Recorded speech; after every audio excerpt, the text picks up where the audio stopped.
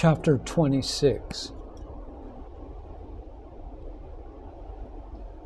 Therefore, the mind is the cause of the bondage of this individual and also of its liberation. The mind, when stained by passion, is the cause of bondage and of liberation when pure and devoid of passion and ignorance. Shankaracharya from the Viveka Chudamani.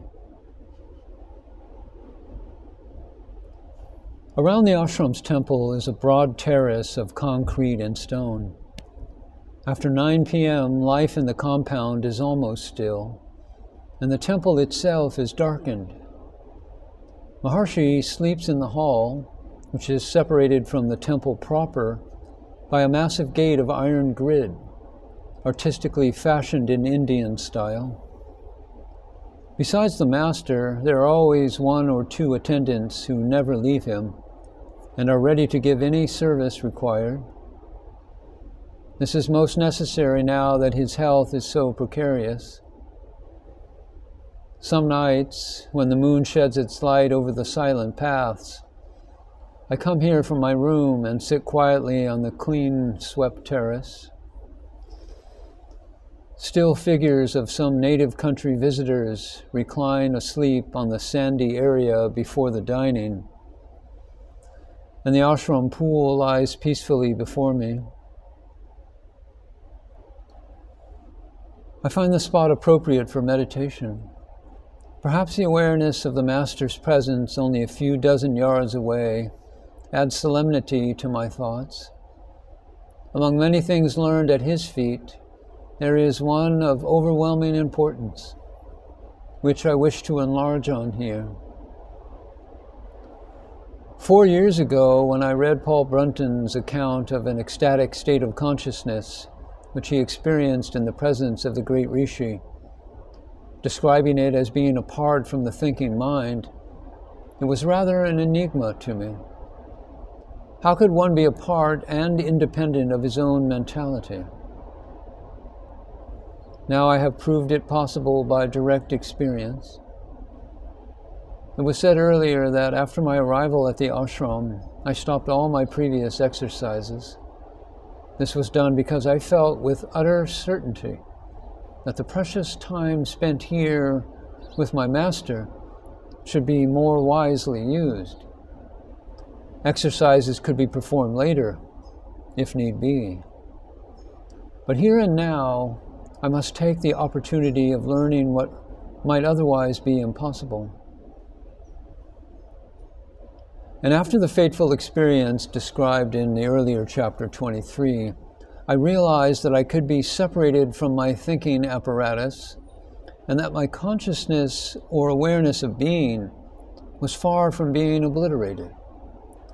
Life flowed on without hindrance, though the mind was without thought. I now knew that the I current is independent of thought, and yet every process of thought is produced from it. This is one of the highest initiations through which one passes when in the presence of the Master.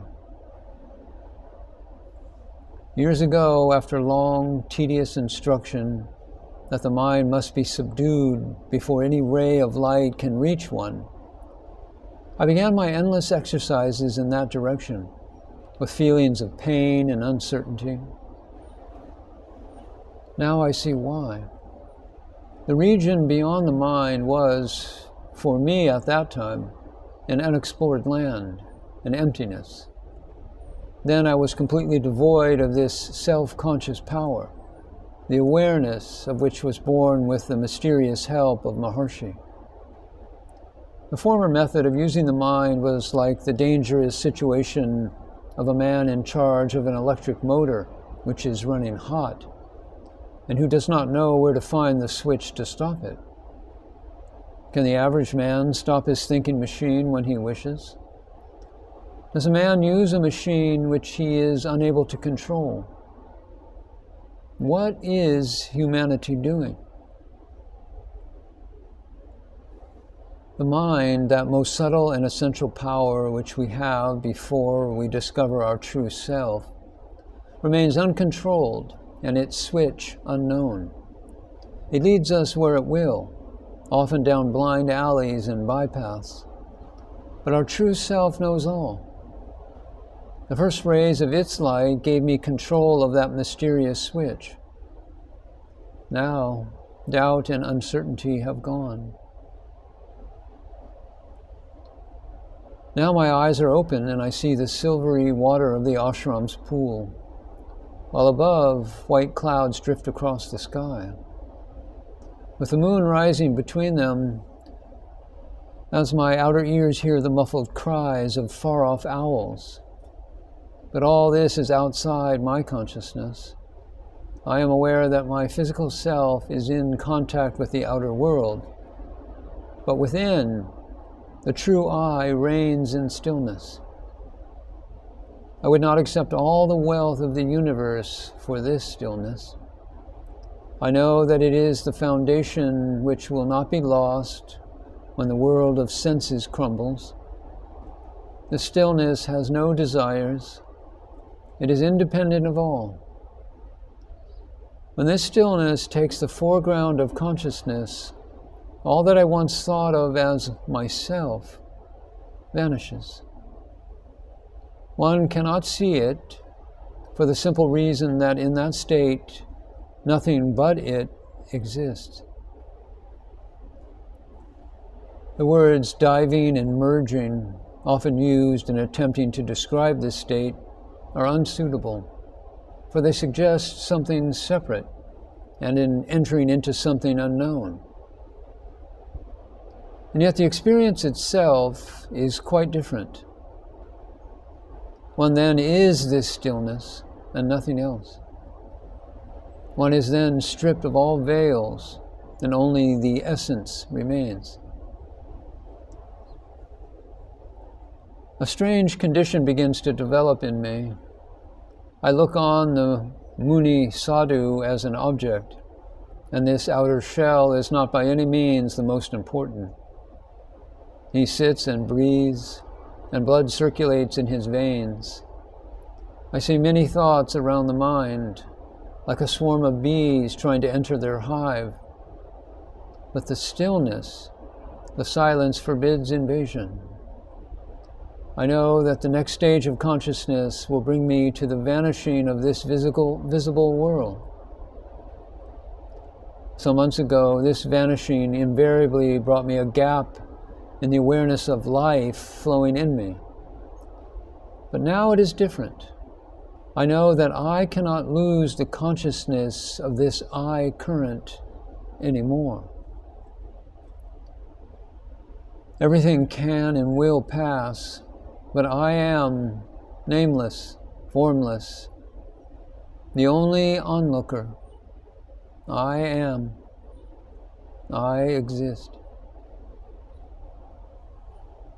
Persistence in this state is effortless, but strangely enough, I know that for my visible counterpart, there is great effort, and most of all for my mind-brain.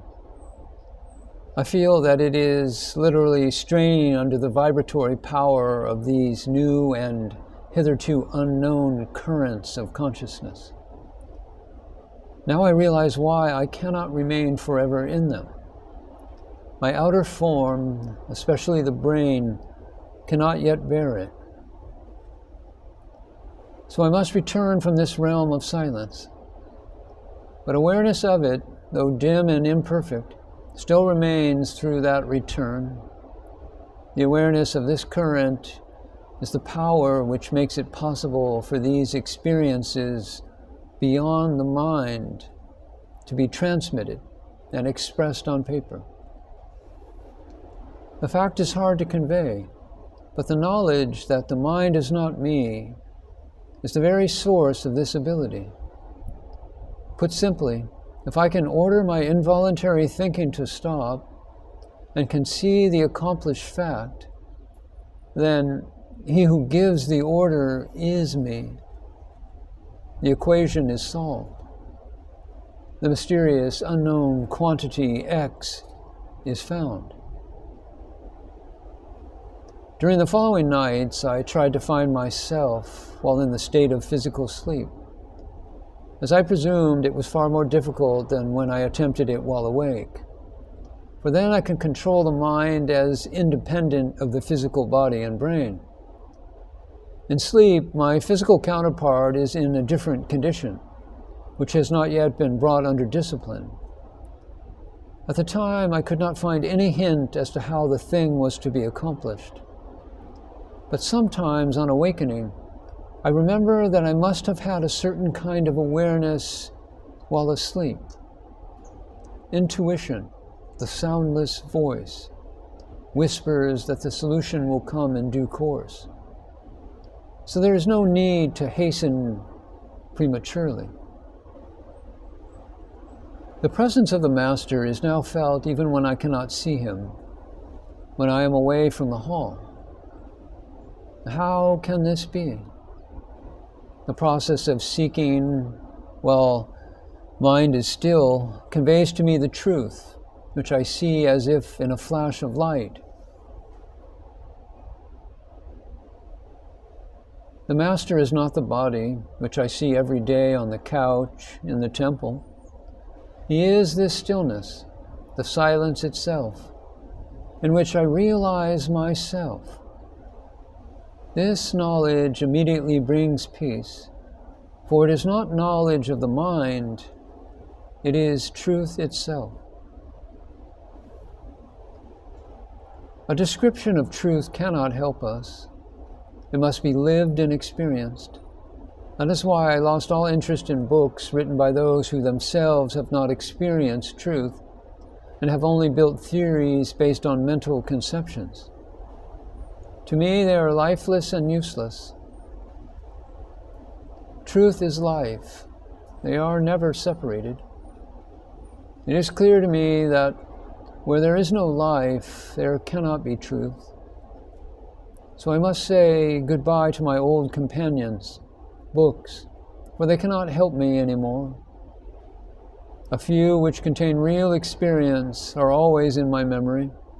They confirm what I have now experienced, and in gratitude to them, I quote from them in my journal. They help me at appropriate times, and they may do the same for the reader. At about midnight, I return to my room. An Indian cat is waiting for me on the dark paths of the ashram's compound.